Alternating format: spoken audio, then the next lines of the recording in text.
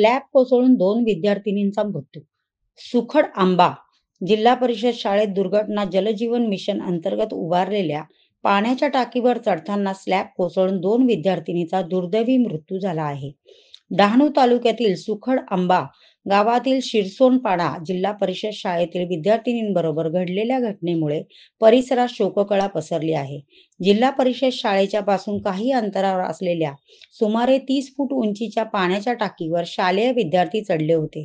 सायंकाळी 4:30च्या सुमारास या टाकीच्या बांधकामावरील काही भाग कोसळल्याने हा अपघात घडल्याचे सांगण्यात येते. या अपघातामधील जखमींना सायवन प्राथमिक आरोग्य केंद्रात प्रथम नेण्यात आले होते.